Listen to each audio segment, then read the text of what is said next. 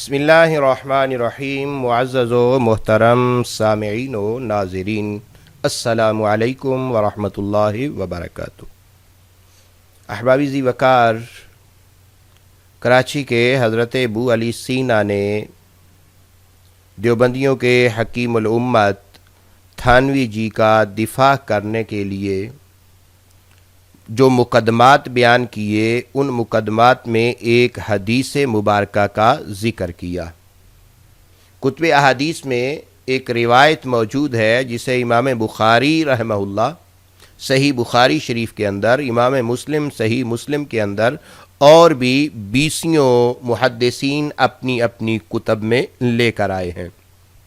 کہ ایک شخص آخرت کے مواخذہ کے خوف سے یہ وصیت کرتا ہے کہ بعد از وصال اس کے جسم کو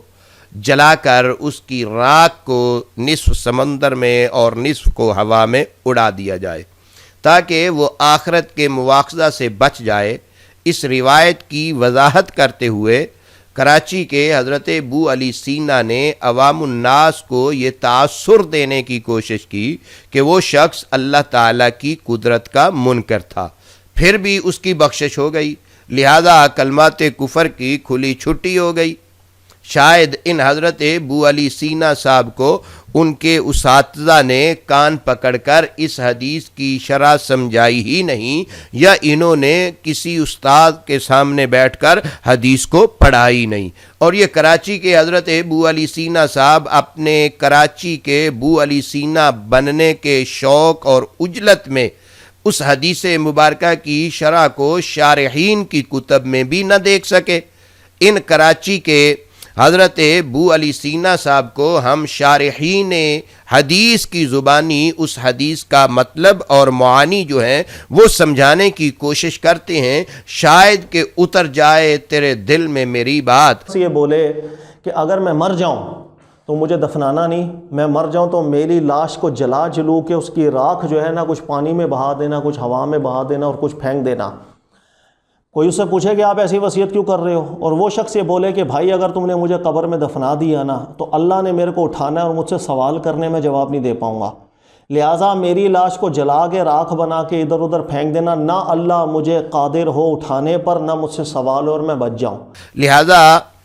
اس آدمی نے جو کہا تھا اس کا ذکر کرتے ہوئے یہ کراچی کے ابو علی سینا صاحب نے جو الفاظ استعمال کیے کہ لہٰذا میری لاش کو جلا کر راکھ بنا کر ادھر ادھر پھینک دینا، نہ اللہ مجھے قادر ہو اٹھانے پر، نہ مجھ سے سوال ہو اور میں بچ جاؤں. اس لیے کہ یہ شخص کہیں نہ کہیں یہ سوچ رہا ہے کہ میں اگر دفن ہو کے قبر میں جاؤں گا تو اللہ تو مجھے اٹھانے پر قادر ہوگا، لیکن اگر راکھ بن کے اڑا دیا جاؤں گا تو اب اللہ مجھے اٹھا نہیں پائیں گے.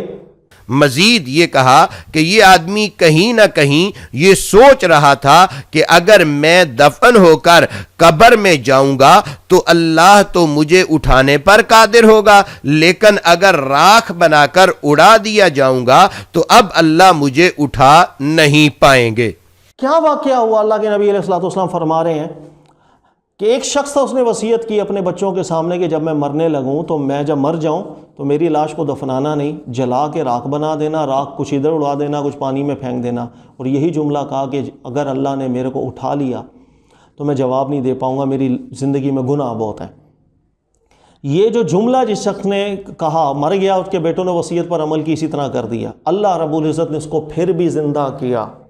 اور اللہ نے پوچھا کہ تو نے ایسی وصیت کیوں کی تھی؟ اس شخص نے جواب دیا، اللہ بس تیرا خوف میرے دل میں آ گیا تھا، میری زندگی میں کچھ اعمال ایسے رہے تھے کہ میں ڈر گیا تھا کہ میں تیری بارگاہ میں اس کا کیا جواب دوں، اسی ڈر کی کیفیت میں نے یہ وصیت کر دی بچوں کو. حدیث کے لفظ ہیں اللہ نے اس شخص کی مغفرت کر دی، اللہ نے اس شخص کو معاف کر دیا. اب سوال یہ کہ اس شخص نے بظاہر تو کفر کا جملہ بولا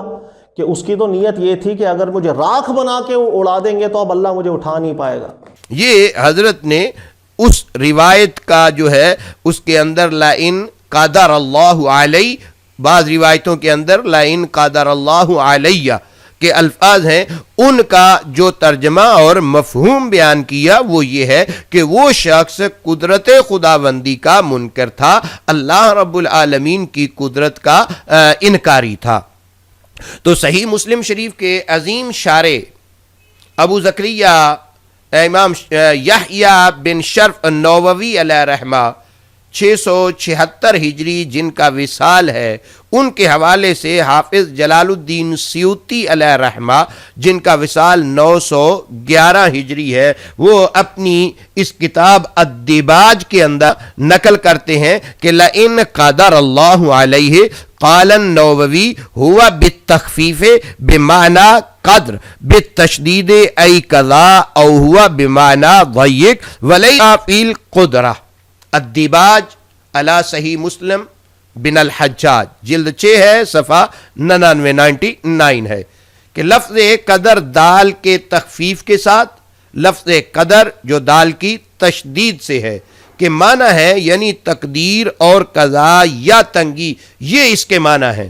قدرت میں شک کرنے کے معنی میں یہ نہیں ہے، جس طریقے حضرت ابو علی سینا نے کہا کہ وہ قدرت یعنی اللہ قادر نہ ہوگا، جب میری راکھ اڑا دی جائے گی تو اللہ قدرت نہیں پائے گا۔ بھئی قدرت کے معنی کے اندر یہاں یہ لفظ موجود نہیں ہے، مگر حضرت ابو علی سینا نے اس لفظ کو جو ہے وہ قدرت کے معنی کے اندر استعمال کیا اور یہ کہا کہ وہ اس آدمی کے کہیں نہ کہیں ذہن کے اندر یہ تھا کہ اس طریقے اللہ اس طرح مجھ پر قدرت نہیں پا سکے گا کہ میرے ذرات جو ہیں ان کو اکٹھا نہیں کر سکے گا۔ اسی طریقے امام ابو عمر یوسف بن عبداللہ بن عبد البر المعروف ابن عبد البر رحمہ اللہ جن کا وصال 463 ہجری ہے، آپ فرماتے ہیں کہ لئن قدر اللہ علیہ لیعذبنہ عذابا، یہاں جو لفظ قدر ہے یہ کیا ہے؟ فرماتے ہیں کہ وقال آخرون اراد بقولہ لئن قدر اللہ علیہ ای لئن کان قدر اللہ علیہ والتخفیف فی هذه اللفظة والتشدید سواء فی اللغة فقدر هنا عند هؤلاء من القدر الذي هو الحكم وليس من باب القدرة والاستطاعة في شيء وهو مثل قوله عز وجل وظنون إذ ذهب مغاضبا فظن أن لن نقدر عليه۔ یہ امام ابن عبد البر الاستذکار کی جلد نمبر 8 میں کہہ رہے ہیں کہ لفظ قدر تخفیف کے ساتھ ہو یا تشدید کے، لغت میں یہ برابر ہے، اس کو تخفیف سے پڑھ لیا جائے یا تشدید کے ساتھ پڑھ لیا جائے۔ اس روایت میں لفظ قدر جو ہے وہ قدرت اور استطاعت کے باب سے نہیں ہے کہ یہاں قدرت کے یہ اس روایت کے اندر جو لفظ آ گیا ہے اس کا مطلب یہ نہیں کہ اللہ قادر نہیں ہو سکے گا، اللہ قدرت نہیں پا سکے گا۔ فرماتے ہیں کہ اس روایت میں لفظ قدر قدرت اور استطاعت کے باب میں سے نہیں ہے، اور کیا ہے بلکہ فرما رہے ہیں کہ اس قدر سے ہے جو حکم کے معنی میں ہے۔ اس پر قرآن مجید فرقان حمید کی آیہ کریمہ سورہ لقمان کی 87 نمبر آیہ کریمہ جو ہے اس کو بطور دلیل پیش کر رہے ہیں کہ وَظَنُّونِ إِذْ ذَهَبَ مُغَاضِبًا فَظَنَّ أَن لَّن نَّقْدِرَ عَلَيْهِ، کہ اور ذنون کو یاد کرو جب چلا غصے میں بھرا ہوا تو گمان کیا کہ ہم اس پر تنگی نہ کریں گے۔ تو یہ دلیل کیسے کہ لن نقدر، وہاں جو لفظ آیا ہے کہ لئن قدر اللہ یا قدر اللہ علیہ، تشدید ہو یا تخفیف ہو جس طریقے سے بھی، تو کہہ رہے ہیں کہ یہ جو اللہ رب العالمین نے حضرت یونس علیہ السلام کا تذکرہ کیا ہے اور اس کے اندر ان کا جو ذکر کیا ہے فَظَنَّ أَن لَّن نَّقْدِرَ عَلَيْهِ، اس آیت میں لفظ نقدرہ قدرت اور استطاعت کے معنی میں نہیں ہے، اور حضرت یونس علیہ السلام جو اللہ رب العالمین کے نبی ہیں، ہرگز یہ ان کا گمان نہیں ہو سکتا کہ اللہ رب العالمین ان پر قادر نہ ہوگا، اور نہ ہی اللہ کا نبی ایسا گمان کر سکتا ہے۔ تو آگے فرماتے ہیں وَلِلْعُلَمَاءِ فِي تَعْوِيلِ هَذِهِ اللَّفْظَةِ فِي هَذِهِ الْآيَةِ قَوْلَانِ أَحَدُهُمَا أَنَّهَا مِنَ التَّقْدِيرِ وَالْقَضَاءِ وَالْآخَرُ أَنَّهَا مِنَ التَّقْدِيرِ وَالتَّضْيِيقِ، کہ بلکہ علماء کی اس لفظ میں دو تعویلیں ہیں، ایک یہ کہ یہ تقدیر اور قضا کے معنی میں ہے، دوسرا یہ کہ یہ تنگی کے معنی میں ہے۔ وَقَدْ ذَكَرْنَا مِنْ شَوَاهِدِ الشِّعْرِ الْعَرَبِيِّ عَلَى الْوَجْهَيْنِ جَمِيعًا فِي التَّمْهِيدِ مَا فِيهِ کِفَایَہ۔ فرماتے ہیں اور دونوں صورتوں پر ہم نے عربی شاعری کے شعر پیش کیے ہیں، سمجھنے والے کے لیے وہ کافی ہیں۔ تو آگے پھر مزید کیا کہہ رہے ہیں؟ مزید فرماتے ہیں والمعنی فی قول ہؤلاء واللہ عالم لئن ضیق اللہ علی وبالغ فی محاسبتی ولم یغفر لی وجازانی علی ذنوبی لیکونن ما ذکر۔ اب اس صورت میں اس روایت کا معنی کیا ہوگا؟ معنی یوں ہوگا کہ لئن ضیق اللہ علی وبالغ فی محاسبتی ولم یغفر لی وجازانی علی ذنوبی لیکونن ما ذکر، کہ اگر اللہ رب العالمین نے میرے اوپر تنگی فرمائی اور خوب مجھ سے حساب لیا اور بخشش نہ کی اور میرے گناہوں کی سزا دی تو میں ان لوگوں میں سے ہو جاؤں گا جن کا ذکر ہوا ہے۔ یہ آگے مزید فرما رہے ہیں کہ والوجہ الآخر کأنہ قال لئن کان قد سبق فی قدر اللہ وقضائہ ان یعذب کل ذی جرم علی جرمہ